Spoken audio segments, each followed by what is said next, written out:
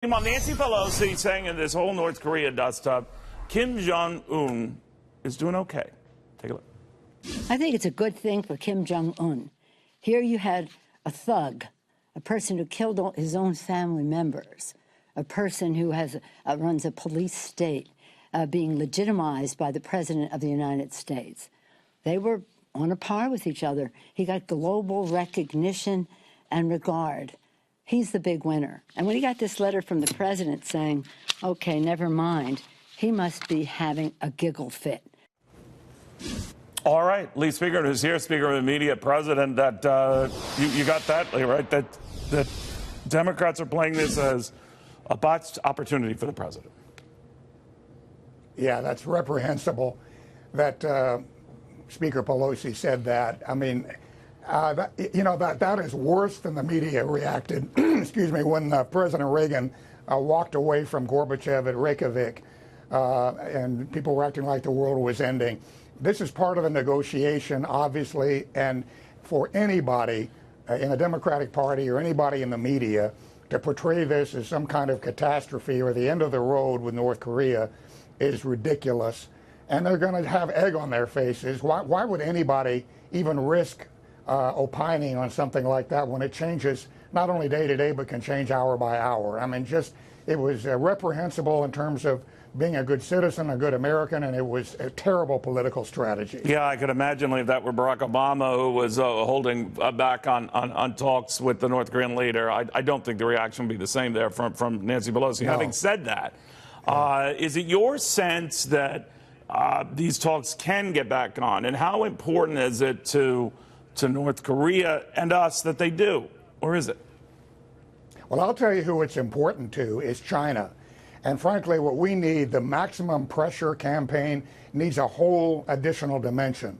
And I would, if I were President Trump, and it's easy for me to say I'm not privy to all the intelligence, but just the top line from where I sit is that we should say, the president should say, you know, I love you, President Xi, but if you don't get this straightened out and get them to denuclearize and get serious, the unthinkable is going to happen.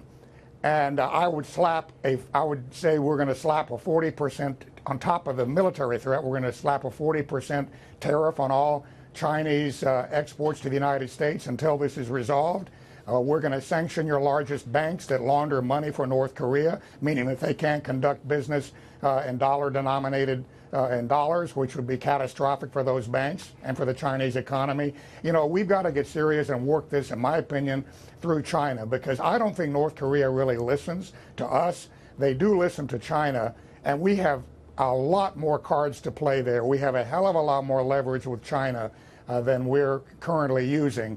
And that's what it takes, and it's very, very important to them. And one reason they're not talking a lot right now is that this is happening at the very time that the president is discussing putting tariffs on imported cars, which I think is fantastic, by the way. We need to do that. I'm in favor of a 15% tariff on all imported goods. But for China, until this North Korean situation is resolved, it should be 40% if they don't step up and make a commitment to make that happen, and if we don't see real action. But Lee, do you think Americans would react positively to something that means the cost of the cars they're going to buy? Let's say they buy anything from abroad, a European model, a Japanese car, and it's 25% more, it's 40% more if you extend it to the degree you want. That's on their hide. Washington isn't paying that.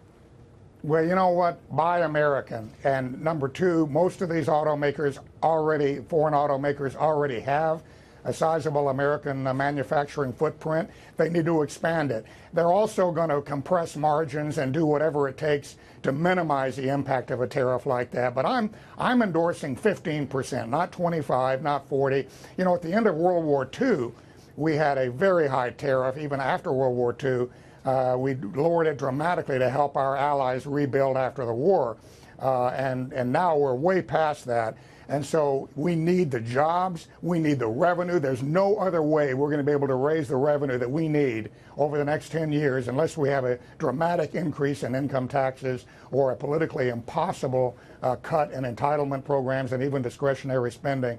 This is crucial for the revenue, and a 15% tariff by historic standards is very little, but it would yield $3 trillion in revenue for our government and enable us to make the income tax cuts that were just put in place. I don't know. You could make the same argument it could push us into a recession, right? No, you know what, Neil? Look at the history. We have never in American history had an economic contraction following a tariff increase. Not after the tariff of abominations when Andrew Jackson came into I know office. it wasn't the only reason with Smoot-Hawley and all presaging the Depression, all that. It was certainly that had nothing to do with the Depression. Okay. No, it wasn't. Actually, it was the world to trade infinity, collapsed because of the Depression, not because of Smoot-Hawley. All right. Thank you, my friend, very much. We disagree on this, but it's always fun having you. Lee Spieckerman.